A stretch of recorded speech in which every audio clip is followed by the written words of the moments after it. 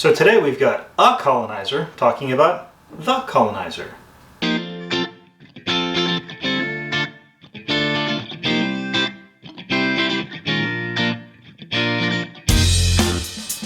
Hello and welcome to Intoxicated Masculinity. Got another cocktail video coming at you today. We're going to do something a little bit different today because today we are going to drink a drink that I made.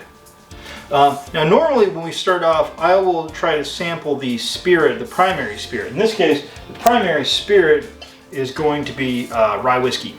But I think we all know that I've drank a lot of rye whiskey and you don't need to see me sample any right now. So what we're going to do is we're going to sample the primary flavor ingredients that I'm putting in here.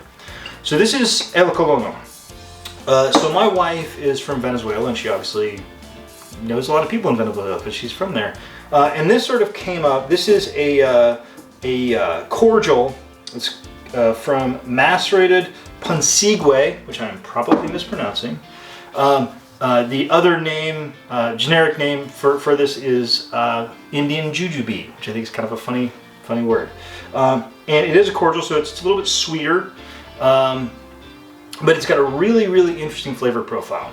And so I have made a cocktail and sort of developed it around this cordial, and we're gonna see what that's like. The first thing we're gonna do, though, since we're trying a new thing, is we're gonna try this on its own.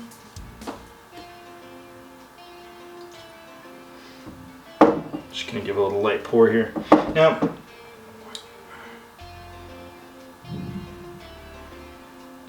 the thing that's interesting, and I've tasted this before, obviously.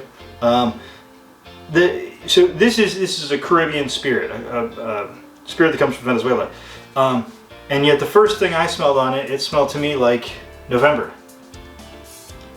You get a lot of like candied pears or like cranberry. It almost smells like.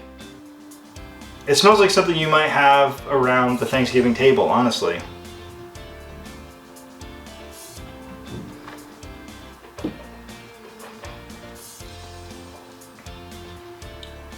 Yeah, candied pears, candied fruits in general.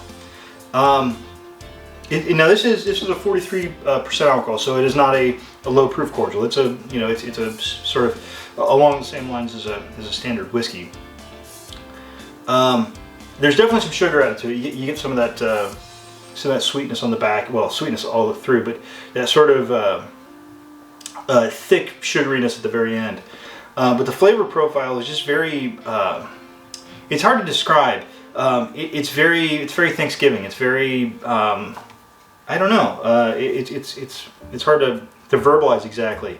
But very sort of a little bit spiced. Sort of like you'd think of maybe like mulled wine or rye, for example. And I just thought it was really great, and I wanted to build a cocktail around it. So. Because of the flavor profile on this, I have decided to make the Autumnizer. Alright, we're back. So what I've done is I put this cocktail together and basically filled it up with ingredients, and I think they come together very nicely, of things that very much complement the idea of sort of going into fall. You know, the spiciness, but not hot spiciness, again, more like a spiced rum or a spiced wine. So we're going to start off with our St. Elizabeth Allspice Dram. This is a really great mixer. You have to be careful with it. It is very strong. So in this case, I am just going to use about 1/4 of an ounce. And I think 1/4 of an ounce is going to be just fine here. It's just all the baking spice kind of flavor. It makes you think of pumpkin pie and that type of thing. So then we're also going to add just a 1/2 ounce of a simple syrup, except this simple syrup has been, it has cinnamon infused into it. So basically you do your regular 1-to-1 simple syrup recipe, but then you just put cinnamon sticks in there and you just let it sit for a little while longer, make sure it really acquires all those flavors from the cinnamon, and I put a couple cinnamon sticks in there. Now this I was a little torn on. I was actually going back and forth between lemon juice and orange juice. I think you could probably go either way, actually. I ended up on lime juice, And I am just going to toss in 1 ounce. That'll bring some nice little citrus in there. Finally, we come to our man of the hour here. And we're going to use 1 ounce. Now, I probably wouldn't go more than 1 ounce in this particular cocktail because this is a cordial, so it's a fairly sweet cordial. I think it's good, but I think you go too much more, you're going to make the cocktail a little bit oversweetened. Because remember, we already have a simple syrup in there as well. And you could experiment with this on if you wanted, maybe a little less simple, a little more cordial. It's all to taste. And so, setting all this off is going to be our rye. So what does rye bring to the table? Rye brings that black pepper, spicy sort of flavor. It's just a really good whiskey that cuts through some other flavors. I think that if you went with a bourbon in this, the bourbon would be lost entirely. But and we're going to use Rittenhouse here. I think it's not an over expensive, but packs a lot of flavor, and I think it's going to do very, very well in this cocktail. So we're going to go 2 ounces of our rye whiskey. One other thing to note on that, when you're going for a rye, so it is my understanding that Rittenhouse is about a 51% rye mash bill whiskey. So it is not a particularly high rye. If you wanted to, you could go for some of the MGP whiskeys have a 95% rye mash bill. That would get a lot more of the black pepper coming through. I think the Rittenhouse works great in this cocktail, so I think we're going to be fine. All right, so you want to give that a shake for a good 10, 15 seconds.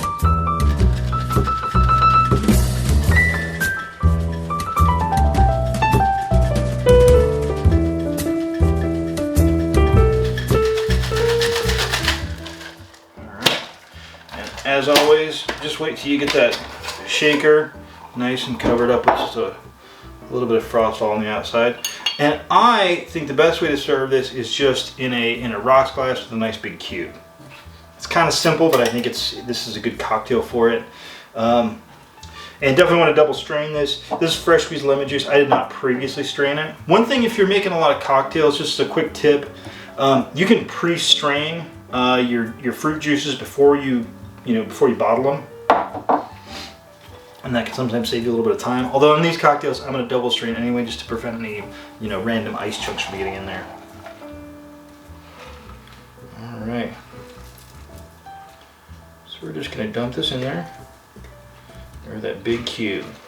One other note on pouring, and this is something I see bartenders do, but I don't see a lot of other people talk about it, is there's a spring right there on your strainer for a reason. So if you push down on it like that, it's allowing much less through. So what you want to do is you're pouring, when you start off, you want to push all the way down, so you're only letting the liquid through, and you can let up a little bit if you want to get a little more pass through. All right.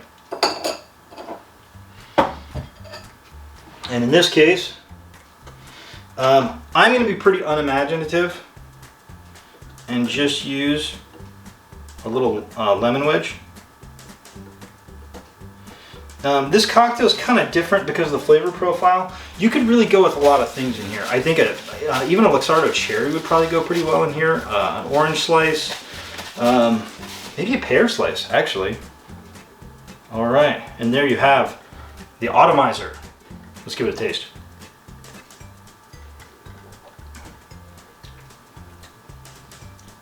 Yeah, it's just a really interesting flavor profile.